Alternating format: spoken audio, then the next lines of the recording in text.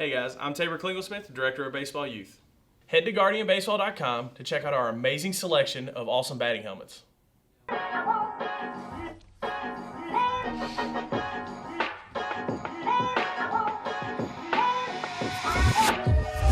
Welcome, ladies and gentlemen, to the Kentuckiana Travel Ball Podcast. My name is Teague. As always, I'm joined by Rick Hines. What's up, Rick? What's up, Teague? Baseball's back. We are back. So we've had a pretty decent layover here. We've been out for a while. Yeah. But we are back with Season 2. So excited about that. We'd like to thank our sponsors from Guardian Baseball for making all this possible. Any of your baseball or softball needs, please go to GuardianBaseball.com. They've gotten into some of their own brands. So they have some self-branded cleats and gloves. Sliding mats. Yeah, they got this cool logo on a bunch of stuff. Yeah, so if you have any sort of baseball need, please go to GuardianBaseball.com. You will find better prices, better service, and they are local here in the Kentuckiana area. All right, man. Well, it's 2022. The season is underway. Yeah. So our team, we've played in 2 tournaments to this point. Yep. Now that COVID's behind us and that pretty much doesn't exist anymore. Right. I think there's more teams out there ready, willing, and able to get going. Yeah.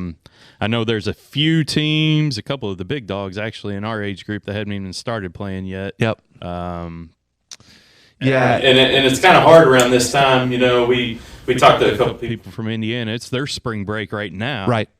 And then Kentucky's spring break, for the most part, is next week. Or, so the week after. It's interesting. So he was saying that. So BJ Siegler, who runs a lot of he's Ohio Valley Sports Productions. He runs a lot of the events up north. He was saying that next week's going to be huge for them. Yeah. His Indiana teams are all back from spring break, itching to go, I guess. Yeah, man. So, early in the season, what are some early season things, Rick, that you think that coaches need to be paying attention to? Well, for the most part, a lot of these teams, they've been practicing all winter, just, a few times a week, maybe. A lot of kids play basketball, I know, so there's a little bit of cross-training involved. But, you're seeing live pitching, you're throwing live pitching, you're on the field in general for the most time, for the first time playing games. You're probably shaking off a little rust. You're probably seeing a few errors that, maybe during the end of the season you're not going to We certainly did these past weekend. You're seeing a lot of strikeouts. Yep. Seeing a lot of walks from pitchers. It's just get back in the groove. Something that we're dealing with a little bit too now, we've kind of got it worked out this year, but teams that are dealing with kids that are playing middle school ball as opposed to playing the travel school ball. So when a kid pitches on Wednesday and then you want to go try to pitch him 75, 85 pitches on the weekends, how does that play? So there's a lot of that right now that coaches are having to navigate and figure out how that works. So we had I want to get your opinion on something. So we had an interesting occurrence this past weekend. So on Saturday, it was nasty. It was cold. It was raining. We did play one game against the Legends. Yep. And as we were standing there was 2 teams that had not played that were waiting, and our game went longer than it was supposed to.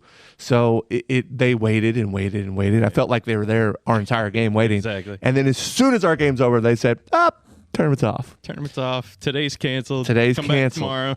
So what was crazy is this one team, Louisville Elite, they had grandparents and people that weren't coming to the next day. Or maybe couldn't come the next day. And I don't know that bought the weekend pass, but there was no one to be found at the gate. There was a lot of upset people that... The gate took off. The gate took off. So there's a lot of upset people there that they weren't there to get some sort of refund. So...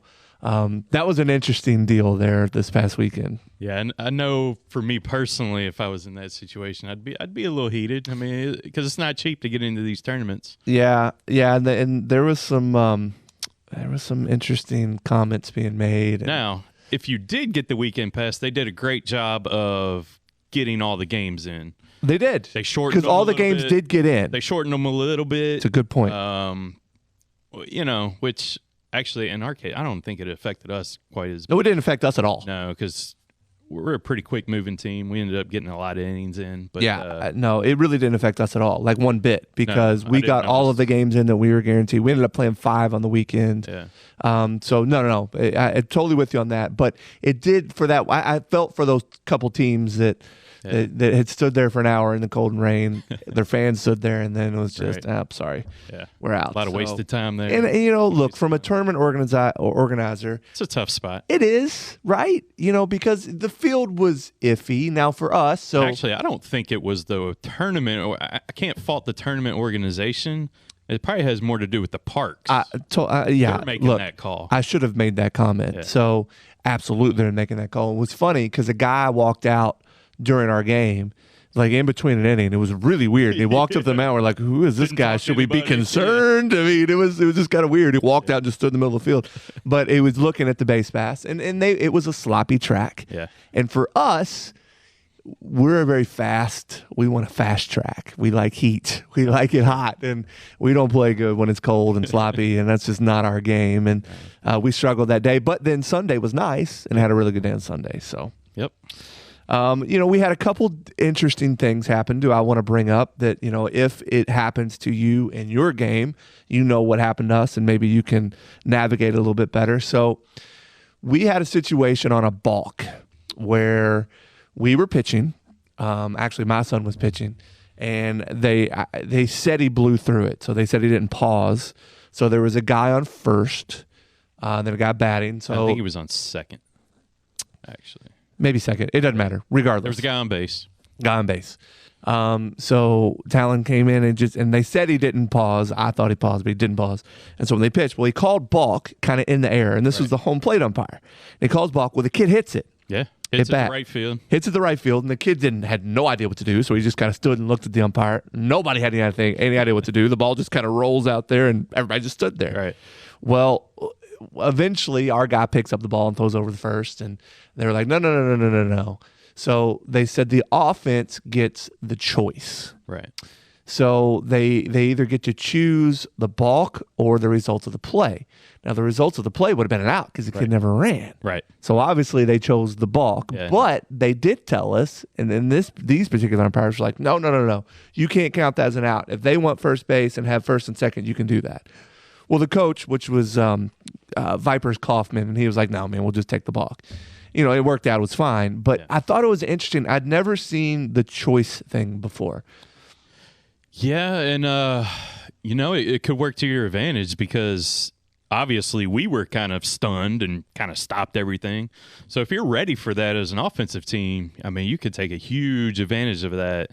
And especially if you smoke the ball in the outfield, just go. Because our kids were just going to stay there and look at it. Oh, that guy probably could have ran all the way around the bases and scored. So I think the teaching point here is if that happens, you run. Go. You go, and you just keep running. Yeah. Because play until they tell you otherwise. It wouldn't have mattered if we got somebody out or not. They were going to give it to us.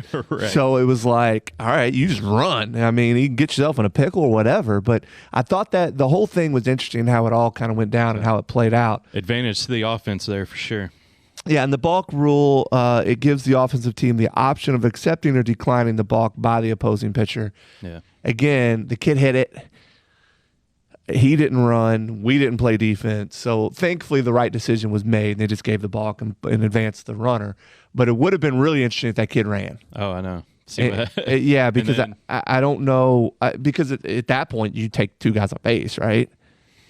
Yeah. Even though they gave him that option. Yeah, because they moved that runner from second to third because of the balk. So, I mean, he probably could have scored. I mean, that guy, it was a single for sure. Yeah. That guy probably could have Yeah, it was scored, a good hit. He might end up scoring anyway. I can't remember. But yeah, he probably would have scored. But he definitely would have scored. If he was on second, like you said, he would have, because it was a nice poke into kind of right field. So, yeah, I don't know, man.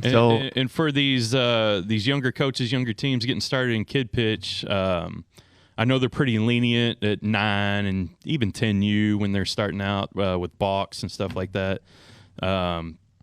You get a handle on that, because honestly, I mean, we're 12. We've been pitching for a while, and we're still balking.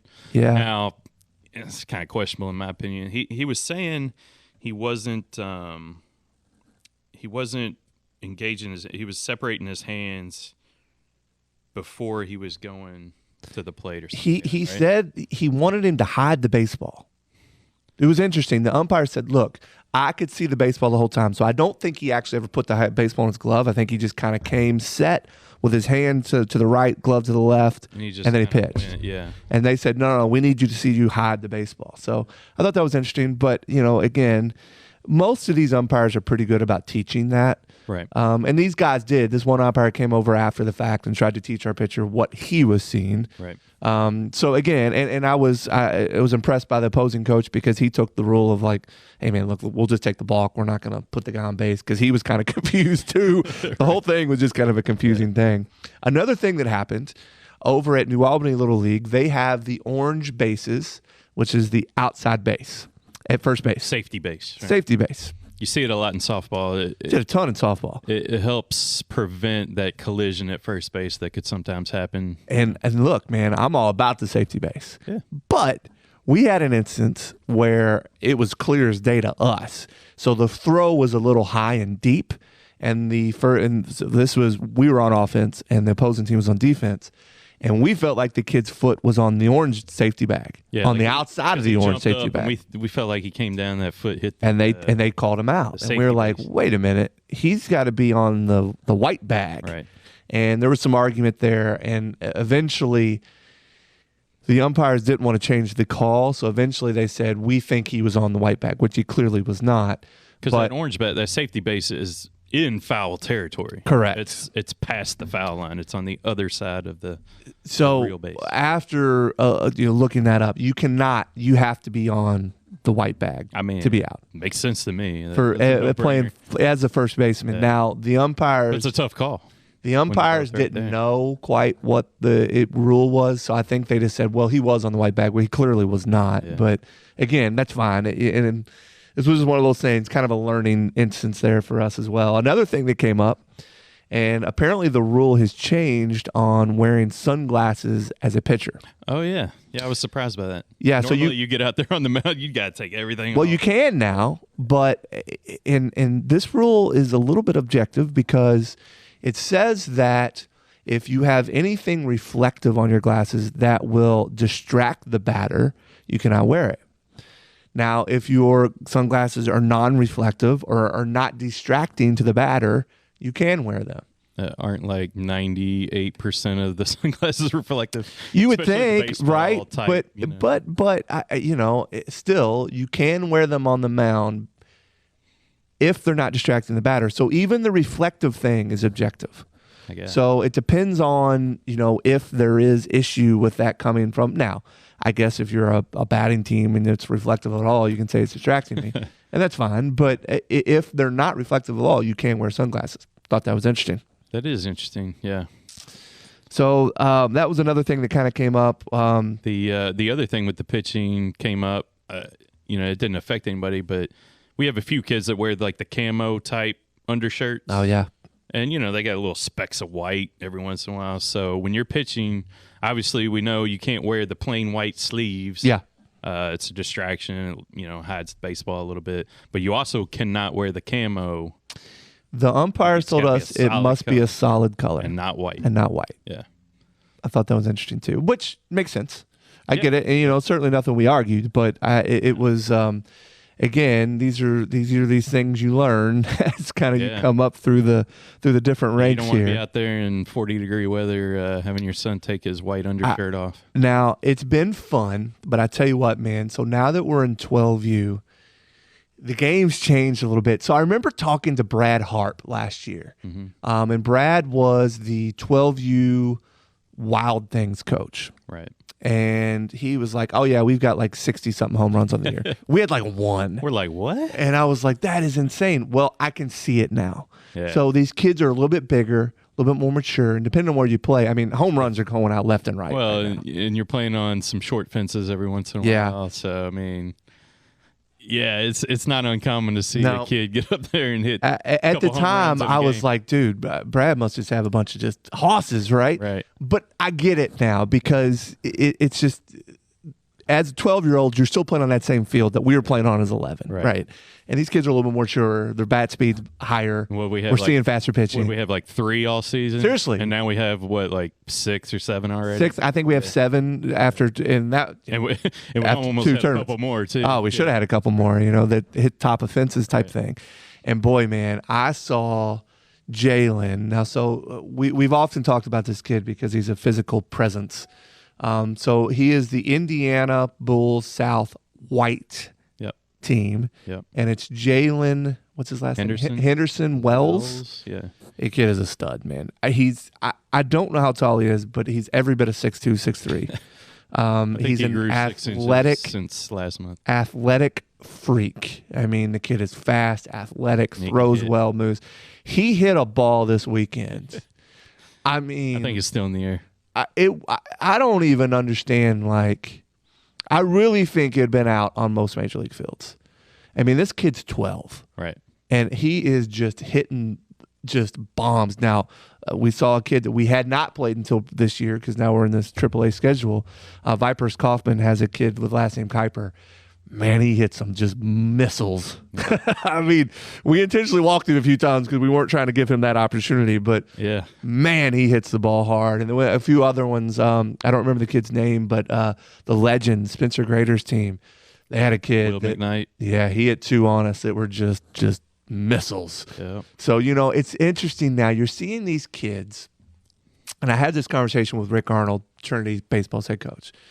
There was a kid named Josh Castleman. Okay. Josh Castleman was a really good high school player. Really good, right? Yeah. He's playing in college. Well, sure. But at 12 years old, they thought he was all world because he was fully grown. Oh, he was that dude.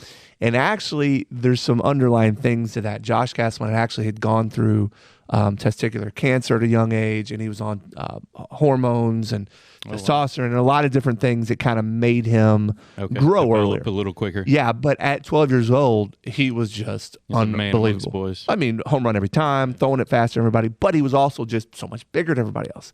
Well, You see that. once he got to a senior in college, the guy was, or a senior in high school, he's actually kind of small. He's 5'10". He wasn't really as big as the other kids, but he was physically developed at a 12-year-old age. We're seeing that right now. We're seeing some kids that I've got a couple of pictures. Your son is tiny. Oh, my God. And man, just seeing him stand next to Jalen or next to this Kuiper kid, It's it's like, hilarious. oh my goodness. I mean, he up on the literally mat. comes up to like their waist, and it's insane. Yeah, that Kuiper kid pitched against us, and Eli gets up there, and I'm like, oh, my God. I have that picture. I mean, This dude is like Yeah. twice his size. And he really is. Yeah. and there are some big kids Yeah. at 12 now because they're a little bit more physical developed, and it's interesting to see how that plays out. And I've had this conversation with high school baseball coaches. How much does that play into it? A kid that isn't as physically developed as he's gonna be. He maybe comes in as a freshman and he's tiny. Most coaches that are worth their weight can see through that. They can see that. Yeah. They can say, hey, we know that they're going to develop. This guy's not going to be 4 feet tall. But honestly, the kid that is totally developed, not that it's a negative against them, No. but they see that too. Yeah. They also know, hey, this guy's probably pretty It's not going to get fully much mature. bigger. I mean, he's probably not going to throw it much harder. He's obviously got some tools and some work that he can work on, but he's not going to get much. He's definitely not going to get taller. Might get a little stronger, with some weight training. But you're kind of like that's what you're going to get. Yeah, That's the body. And I tell you, man, so I don't know if I've seen such a disparity as I have at 12.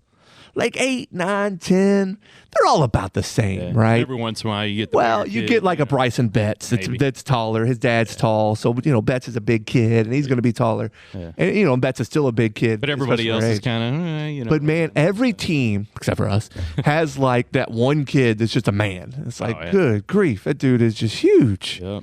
And it's interesting. There's a disparity right now at 12 that I think at some point they catch up kind of in high school and that type of thing. But Yeah. you're seeing some kids mature, and I tell you what, that ball is flying off the bat. Heck yeah, it is. I mean, it's great, and even the velocity from some of the pitching. You're seeing these kids that are a little bit more developed.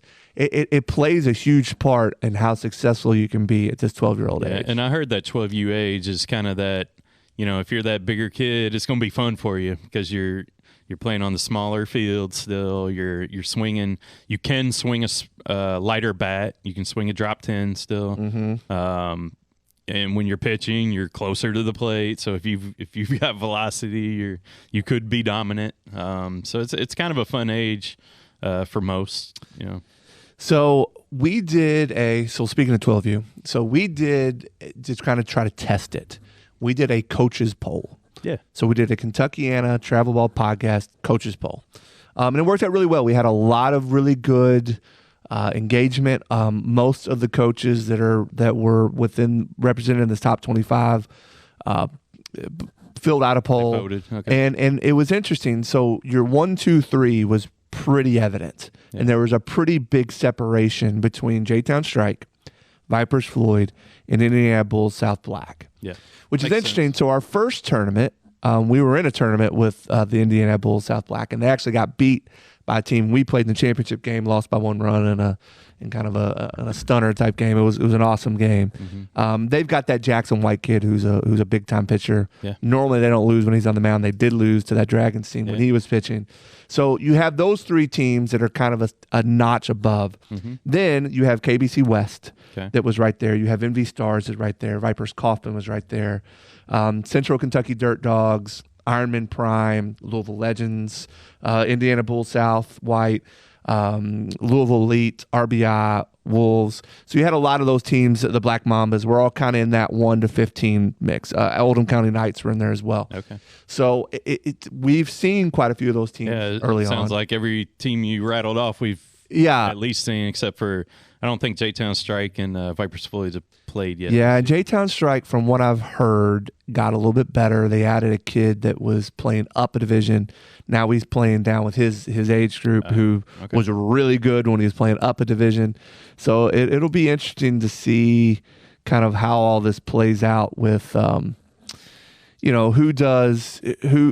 is the better team when it all kind of shakes out. So we're gonna try to continue to do this the coaches poll thing. Yeah, and I think what we're gonna try to do is do it once a month. A few of these teams that we just rattled off have not even played yet, so we don't know. And again, we've only done this for 12U, but if there is a interest to do this for other ages, we will explore it. So just let us know, reach out to us and say, hey, we'd love to have this for 11U, 10U, whatever it may be. I think it's been really neat for our 12U counterparts because, it's a true representation of where your peers think you're at. I look, your Sean Johnson and John Alvey do a great job with their poll. Mm-hmm. They're using results. So they're going into U-Trip, they're going into Game Changer, and they're doing it that way. What's kind of neat about ours, which it's different, is it's not so much result-based. It is in a way, but it's eye test from all these coaches. Yeah. Is who they think where do you think these certain teams are? And so Jeff Floyd had an interesting comment to me. He said, he goes, man, I think I can only really rank the top 10 because we don't see anybody below that. Right. And he goes, it's not real fair for me to go anything below 10 to 25 because we don't see those teams. And that was perfectly fine. And he ranked the top 10 and kind of went from there. And so, what we do need too is more representation between that 15 and 25 as well, which we had some, but we need more to make this a really true representation of where all these teams stack up. Yeah, I'd love to get all the coaches that are in the age group in, single A, double A, triple A, major, get them all kind of represented. Because, you go to these tournaments and you play a couple games on Saturday, but you're there. Unless you're playing back to back, you're there and you're watching other teams play. You're watching other teams. You know who is better than other teams consistently, or who's kind of even. Well, when you're playing a team, it's like, man, that's a tough team to beat. Yeah. And so that from a coaching standpoint. So anyways, it's a cool, different angle, kind of like the coaches poll in football and basketball. So we're hoping to get more into that. So again, if you feel like there's a need at a certain age level, let us know. We'll definitely explore it. To that point, I had a mom reach out and was talking about the U-Trip power rankings.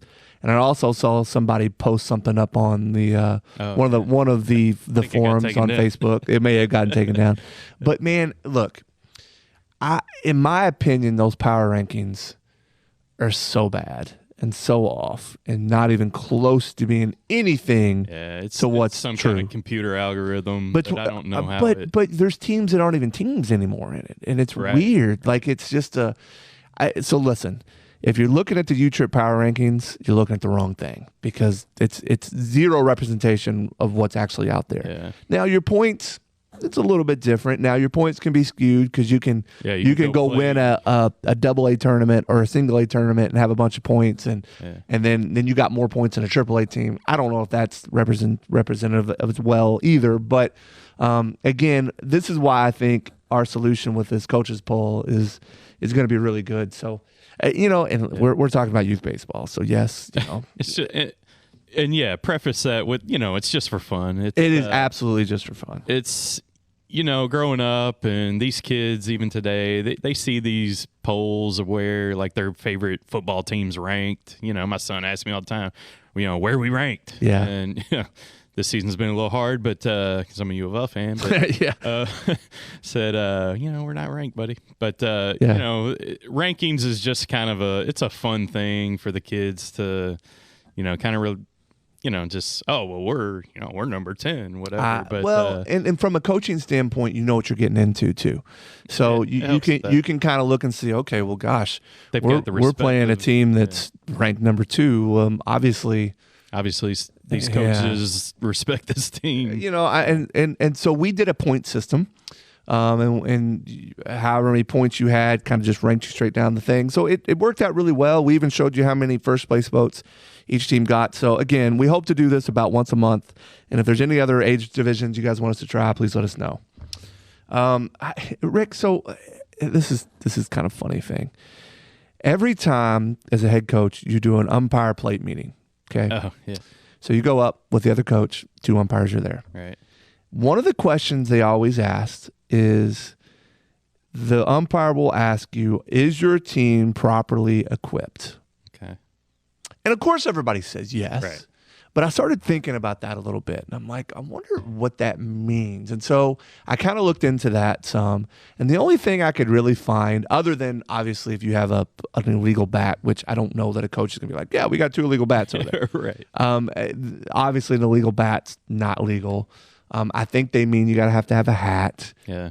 Metal cleats are not. Yeah. And I listen, I get why they asked the question, but I think the one thing that can kind of get missed is a catcher until 14 years old has to have a mask that covers both ears. Okay. So we had a hockey style. Yes, we had a catcher that had one of the old school face masks, and he loved it with the hard helmet. I thought it was awesome. They wouldn't he's not allowed to wear that anymore until he's 14.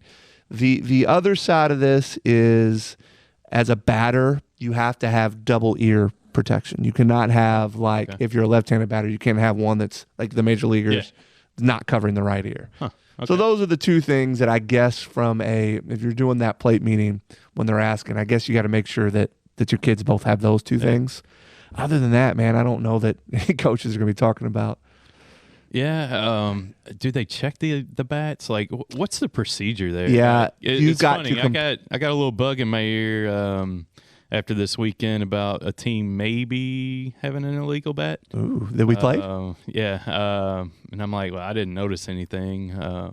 I noticed a lot of balls flying out of the park. It kind of funny, can you challenge that? Be like, hey, check that bat. Heck yeah, you can challenge it. Now, so I think there's 2 ways there. The umpire can obviously hear it, see it, and hey, you want to check it himself, yeah. Or the opposing coach comes up and says, hey, can we check that bat?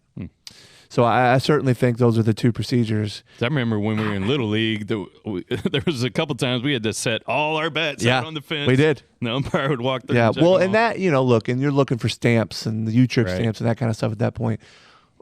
But how do you juice a bat? I don't even know how you would do that. I don't know. These new bats, I don't see how you do that. They're already juiced, right? Except these DeMarinis that crack every time they use one. We have not had any luck with these DeMarini bats. Let me tell you that. Every kid in our team had one at one point, and every kid cracked them. We're not getting that DeMarini sponsorship. Not now. We'll take that Mariucci sponsorship.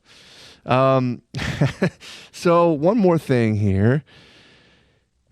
Another thing that was interesting, we did a DH and an EH this past tournament on Sunday. So we designated hit for a kid that played defense, and we used our extra hitter.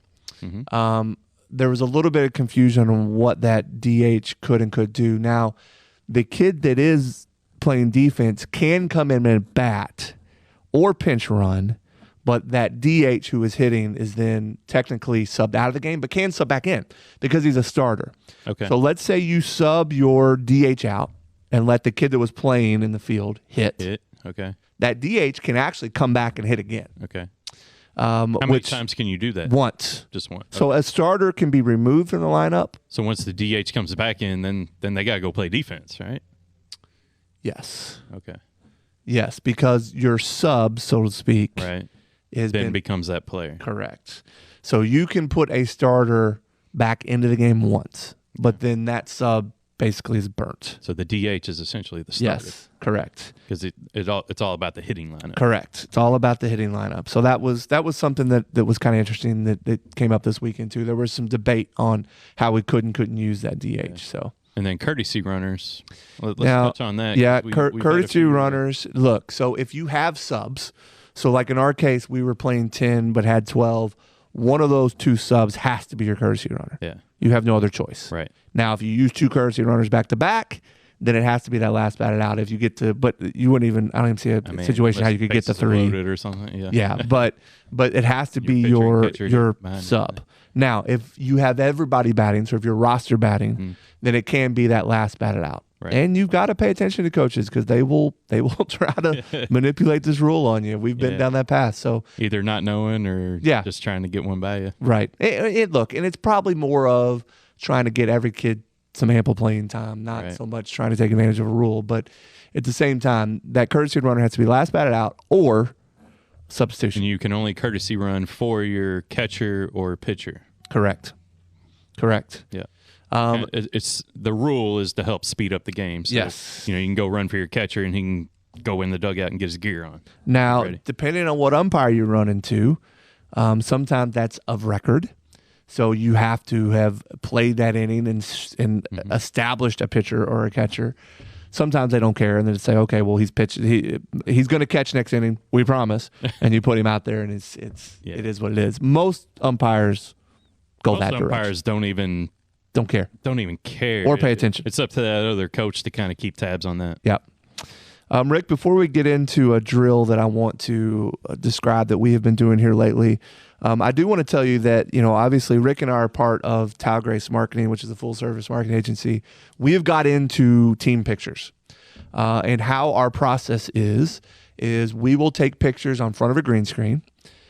We take individual poses, and what we'll do is we'll do 5-6 individual poses, and then we also do motion gifts, which I think are really cool. So you see all the colleges using them now. So the guy saying, "Hey, let's go," throwing the ball up. Yeah.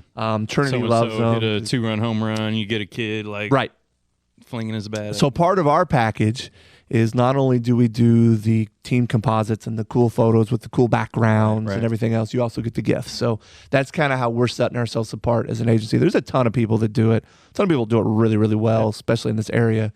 If team pictures is something you're interested in, reach out to me at tridge@taugrace.com. We'd love to. We've done Trinity High School. We've done Jennings County. We've done a couple of the Wolves teams. We've got KBC West coming up. We got a few other teams that have reached out. So if it's something that you're interested in, please let us know. We'll give you a great deal. Obviously, we know baseball, so it's easier for us to kind of get in. And some of these photographers aren't necessarily baseball people; they're photographers. And they try to do the cool background, and then they either go too far one direction or not enough. And we obviously know what poses work and all that kind of stuff. So if baseball pictures are something you're looking for early in the season, please let us know. Tau Grace Marketing will certainly be a solution for you there. Now, this drill, Rick. So we have an indoor facility with the Wolves. It's one cage, but it's one lane, and then we've got kind of some room over on the side. Right. So we did a 3 home plate drill that I like a lot. Oh yeah. And how this works is you have an L screen, and Rick was actually doing our pitching, and we had 3 home plates set up. What would you say, about 3, 4, 5 feet from each other? About 5 feet from each About other. 5 feet. Yeah. And so obviously you start, and so the drill is you start at the furthest one, you take a couple bunts to kind of feel that speed, and then you take 5-6 swings. Yeah. And then you go to the middle plate, couple bunts, feel the speed, 5-6 swings. And then you go to the close plate. Now, what we're trying to do here is show our batters some different speeds without the BP pitcher really having to throw different speeds. Yeah, I was throwing the same speed at all the distance. The entire time.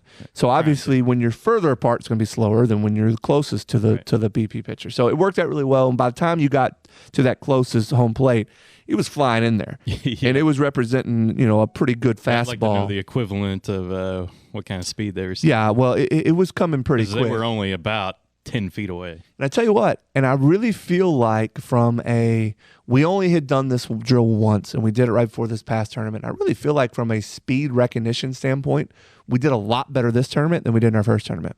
So it is certainly a drill that I want to continue to keep doing.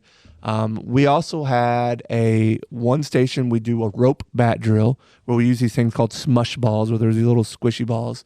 I love the rope bat drill because it's one of those things where if you can't hit it, it's showing flaws right out the gate. Mm-hmm. Like we've got certain kids that can't hit the ball with the rope bat because they have swing flaws. Other kids drill it. And the kids that drill it and normally just get through it's no issue at all are the ones that typically have a really good swing tempo and really kind of get through the ball really well, and it's normally our better hitters.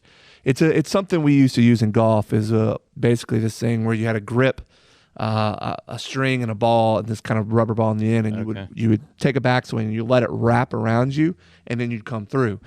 Guys that had bad tempo, that didn't have a good take it back and come through, they couldn't do it. Was flopping well, they couldn't do it. They couldn't even swing it, period. So it's kind of the same thing with this rope bat. Highly recommend it. The other station we did was a Camwood bat. Mm-hmm. Love the Camwood. The Camwood will also show you swing flaws. With my son, it's got a really big, thick bottom part of the bat. And he was hitting it right here on his arm. So when he'd come through, instead of snapping and getting through, that bat would hit him here and he wasn't getting through it. Oh, okay. So he had to learn how to snap and get through and actually turn his hands over there at impact. And the Camwood just did it for him without having to just swing at a bunch of Camwood. It kind of taught him. Or you're going to keep hitting yourself. Well, it kind of taught him that process. All the weight is kind of at the bottom too. It's a really good swing drill. So we did a rope bat drill, Camwood drill, and then we did our 3-plate drill. Then actually we had another station where we were doing just some soft toss. Yeah. But I really think that's how we're going to do that tonight. We're going to do those same 3 drills tonight. And I really think that's a good way to work on all different aspects of batting in a kind of a smaller type space. Yeah. Well, as a team, I think we're starting off our season hitting a little better than we did in previous seasons at the beginning of the year. So yeah, and so look, Teague Brown made a comment to me saying, "Hey man, you got an advantage." He's like, "You got an advantage. You're able to promote your guys on your podcast." And I never thought of it that way because it's not really something that I've ever thought to do. Yeah. But I am going to take that moment to do this one time. We've got a kid named Jackson Lunnan who is absolutely turning the corner right now. He's hitting missiles. He's pitching great, really great defense, and he's going to be a fabulous high school player.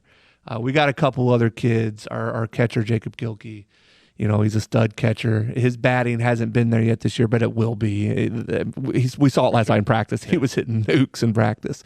So, and then, your son, Eli Hines, who obviously isn't physically mature, but man, he, knows baseball as well as anybody else. I'm not going to go through the whole team. At some point, I will.